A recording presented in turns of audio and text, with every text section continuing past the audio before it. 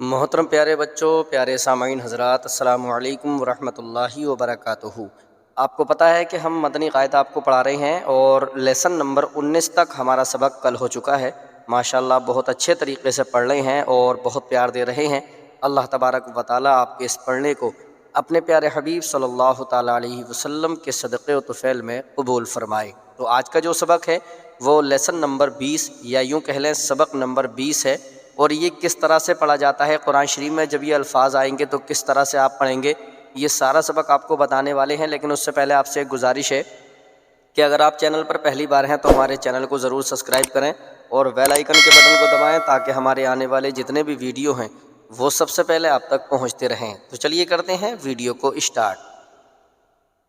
الحمدللہ رب العالمین والصلاة والسلام علی سید المرسلین، اما بعد فاعوذ باللہ من الشیطان الرجیم، بسم اللہ الرحمن الرحیم۔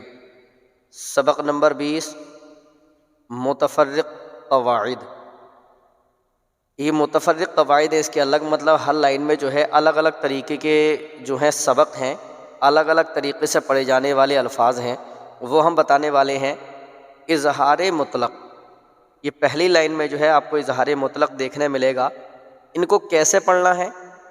ان 4 کلمات میں نون ساکن کے بعد حروف یرملون ایک کلمے میں آنے کی وجہ سے ادغام نہیں بلکہ اظہار مطلق ہوگا، اس لیے ان 4 کلمات میں غنہ نہ کریں۔ ٹھیک ہے، اس میں جو ہے یہ بتانا چاہ رہے ہیں کہ ان میں بالکل بھی غنہ آپ کو کرنا نہیں ہے۔ ٹھیک ہے، کیسے؟ جیسے ہم یہ پڑھیں گے، اکثر لفظ جو آتا ہے آپ بولتے ہیں دنیا، کیسے؟ دنیا، دال نون پیش دن، یا الف زبر یا، دنیا۔ اکثر جو بولتے ہیں لوگ کیسے بولتے ہیں؟ دنیا، دنیا میں ایسا ہو رہا ہے، دنیا میں ایسا ہو رہا ہے، دنیا، یاں پڑھتے ہیں، اس کا غنہ کرتے ہیں لیکن غنہ نہیں ہونا ہے۔ ٹھیک ہے، کیسے پڑھنا ہے؟ دنیا، یا۔ ٹھیک ہے، آپ اچھے طریقے سے اس لفظ کو سمجھیں تاکہ آپ بولنے میں بھی آپ کو آسانی ہو جائے۔ دنیا، ٹھیک ہے، دنیا نہیں ہے، دنیا۔ بانون پیش بن، یا الف زبر یا، بن یا، نون دو پیش نن، بن یا نن، بن یا نن۔ ٹھیک ہے، اس کو جو ہے اس میں بھی غنہ نہیں ہونا، دیکھو نون ساکن ہے اس میں یہاں پر لیکن غنہ نہیں ہونا ہے۔ کیسے پڑھنا؟ بن یا نن۔ صاد نون زیر سن، واو الف زبر وا، سن وا، نون دو پیش نن، سن وا نن، سن وا نن۔ قاف نون زیر قن، واو الف زبر وا، قن وا، نون دو پیش نن، قن وا نن۔ کیسے؟ قن وا نن، اس میں جو ہے غنہ نہیں ہونا ہے۔ ٹھیک ہے، اب یہ دوسری لائن ہے تو یہ سبق بھی الگ ہے۔ یہ سبق جو ہے سکتے کا ہے۔ سکتہ کسے کہتے ہیں پہلے ہم یہ بتا دیں، یہاں پر آواز روک کر سانس لیے بغیر آگے بڑھنے کو سکتہ کہتے ہیں، یعنی آواز رک جائے اور سانس جاری رہے۔ ان 4 کلمات میں سکتہ واجب ہے۔ سکتے کا حکم یہ ہے کہ متحرک کو ساکن کیا جائے اور 2 زبر کو الف سے بدل کر پڑھا جائے۔ ٹھیک ہے، اس میں آواز روکنے کو آپ سمجھ گئے ہوں گے کہ ہمیں جب رکنا ہے تو کیسے رکنا ہے، اور سانس نہیں ٹوٹنی چاہیے ہماری۔ دیکھو میں پڑھ کے آپ کو بتاتا ہوں، آپ میرے پیچھے پڑھیں۔ وقیل من راق، ٹھیک ہے، من پہ رکنا ہے لیکن سانس نہیں ٹوٹنی چاہیے۔ جیسے وقیل من، اب یہاں سانس نہیں لینی ہے، سانس چلتی رہے بس رک جائے۔ وقیل من راق، وقیل من راق۔ ٹھیک ہے، رکنا ہے، صرف سانس نہیں توڑنی ہے، سانس نہیں ٹوٹنی چاہیے۔ اور یہ یہاں پر دے رہے ہیں پارہ 29واں ہے یہاں پر، اور پوری ڈیٹیل ہر لفظ کے نیچے یہ مل جائے گی، ٹھیک ہے۔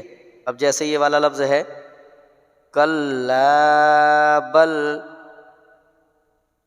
ران، رکنا ہے یہاں پر، سانس نہیں ٹوٹنی ہے۔ یہ آئے گا، دیکھو یہ پارہ نمبر 30 یہ لکھ رہا ہے کلا بل ران، ٹھیک ہے، کلا بل ران، رکنا ہے، سانس جو ہے اس کی نہیں ٹوٹنی ہے، ٹھیک ہے۔ اب یہ والا لفظ دیکھیں، تیسرا لفظ جو ہے مم مرقدنا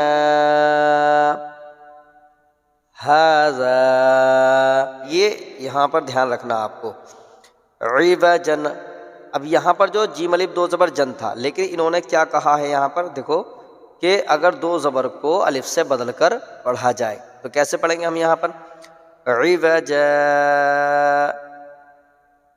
قیما، ٹھیک ہے، عوج قیما، عوج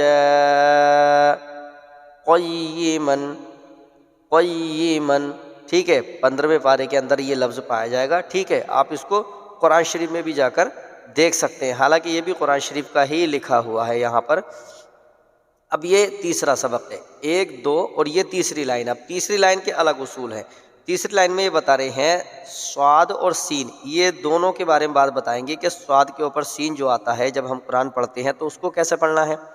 قرآن پاک میں 4 کلمات یہ لکھا ہے، 4 کلمات صاد سے لکھے جاتے ہیں، اور صاد پر ایک باریک سین بھی لکھا ہوتا ہے۔ ان کے پڑھنے کی تفصیل اس طرح ہے، نمبر 1 اور، نمبر 2 میں صرف سین پڑھیں، نمبر 3 میں صاد اور سین دونوں پڑھنا جائز ہے، نمبر 4 میں صرف صاد پڑھیں۔ یہاں پر انہوں نے دیا ہے، ٹھیک ہے، پوری حقیقت یہاں پر انہوں نے بتا دی ہے، تو ہمیں کیسے پڑھنا ہے، یبسط، یبسط، ٹھیک ہے، یبسط۔ نمبر 2 میں کیسے کہہ رہے ہیں، صرف سین پڑھیں، بس طوطن، بس طوطن، اس کو سین پڑھنا ہے یہاں پر، بس طوطن۔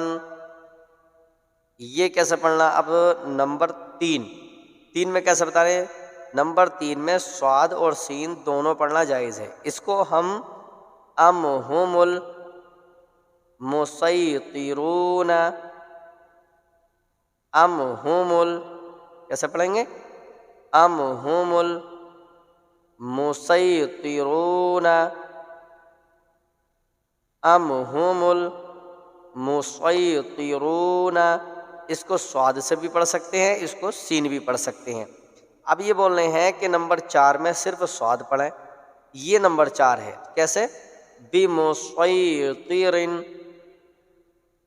بمسیطر، پارا پارا پارا، سورت، ساری چیزیں جو ہیں ہر لفظ کے نیچے لکھ دی ہیں کہ کون سا لفظ جو ہے وہ کس پارے کے اندر پایا جاتا ہے، ٹھیک ہے۔ تو آپ جب قرآن شریف پڑھیں گے تو یہ سارے الفاظ وہاں پر آئیں گے، اور ان سارے الفاظوں کو آپ کو اچھے طریقے سے پہچان کے پڑھنا ہے، ٹھیک ہے۔ ایک لائن اور اس کی رہ گئی ہے، وہ بھی میں آپ کو پڑھا دوں، یہ دیکھو، یہ تفصیل زیادہ ہے اس میں، تاکہ آپ جب قرآن شریف پڑھیں تو پڑھنے میں کوئی بھی غلطی نہ ہو، ٹھیک ہے۔ اب یہ کس طرح سے پڑھے جائیں گے، آپ میرے ساتھ اس کو پڑھیں۔ اس کلمے میں لام سے پہلے اور لام کے بعد دونوں الف نہ پڑھیں، بلکہ لام کو زیر دے کر پڑھیں۔ اس میں جو ہے نا یہ ہر لفظ کا الگ الگ بتایا گیا ہے، کیسے، اعجمیوں، یہ تفصیل لمبی ہو جائے گی، میں ایسے ہی آپ کو پڑھا دیتا ہوں، اعجمیوں وعربی، اعجمیوں وعربی مجریہا۔